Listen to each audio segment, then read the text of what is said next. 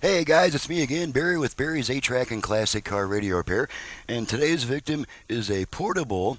This is an Elgin portable made by Elgin. Comes from Joe in Flagstaff. And one thing I'll say about portables, you guys are not used to seeing me demonstrating portables.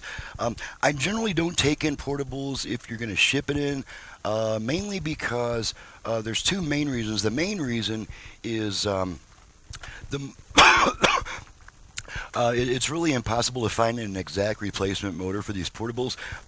My universal adjustable speed motor will fit almost every car unit, but it generally won't fit in portables. It's just a little bit too long. It's longer than the original motor, and so the only way I could make those motors work in portables is, in most cases, part of the motor would have to actually jut out of the external case, which isn't so bad, like say on a Rolls-Royce 8-track player, which are very thin, and that motor protruding out from the bottom of it isn't going to be seen because it's behind the dash. But in this case, aesthetically, the customer may not want that. So I generally don't take in portables unless the owner either lives very close and can drive it by, or is willing to potentially waste 80 to $100 in shipping costs, only to find out that we can't put a motor in it. So at any rate, Joe's tape deck is in fine shape. The motor is in really nice shape, and everything's good. So we're just going to go and plug some Genie C. Riley in and give it a quick test.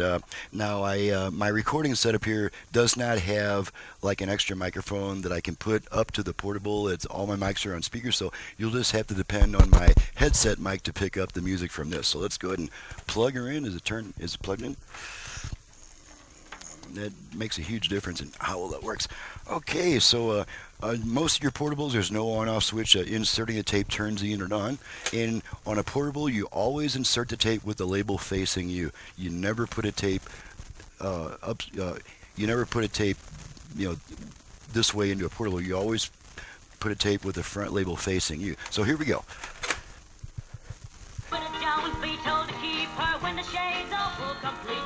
You're going to switch tracks a bunch of times. Here's the track buttons.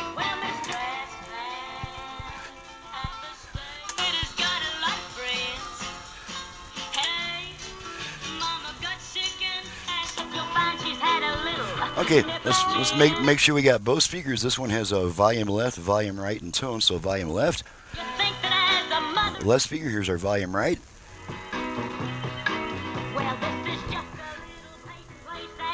And now we got both speakers. We're going to change tracks some more.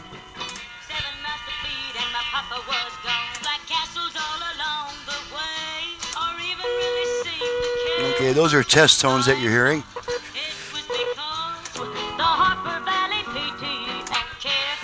A popular song, I'm switching off a bit so I don't get nailed for copyright. Okay, just to make sure we didn't get lucky with this tape, let's try another one, Neil Sedaka. And you'll probably hear some test tones on this one too.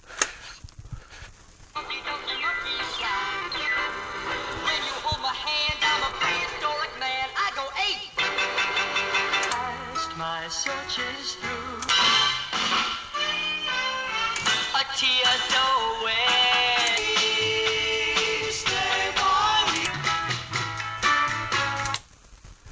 Okay, we're between songs on this one. We'll just wait for the next song to start. And there it is. Alright, I'm going to pull a tape out. So as you can see, the unit's in fine shape. Everything's working properly. She's ready to go back to the customer, and I'm ready to get on to the next job. I'm Barry with Barry's A-Track and Classic Car Radio Repair. And now this customer lives in Flagstaff, so he was able to bring it by. But as far as if you're going to ship this, if you want to ship me a portable to work on, I do have to say up front that it is possibly that you could be wasting that money on shipping costs if I don't have a motor that will work with your portable. So that being stated, my website is in the description below. My phone number for paying, repair, or conversion customers only. This is not a number to call looking for a belt or a part.